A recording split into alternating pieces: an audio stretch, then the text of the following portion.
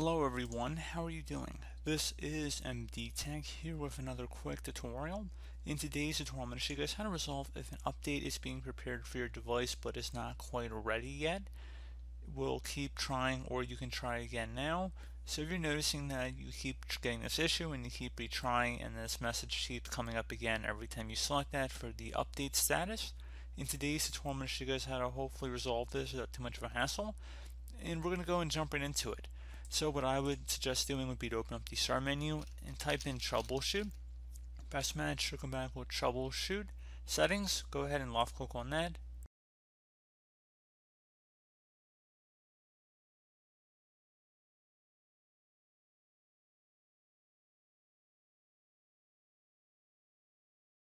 You want to scroll down underneath get up and running and select Windows Update, resolve problems that are preventing you from updating Windows, and then select run the troubleshooter.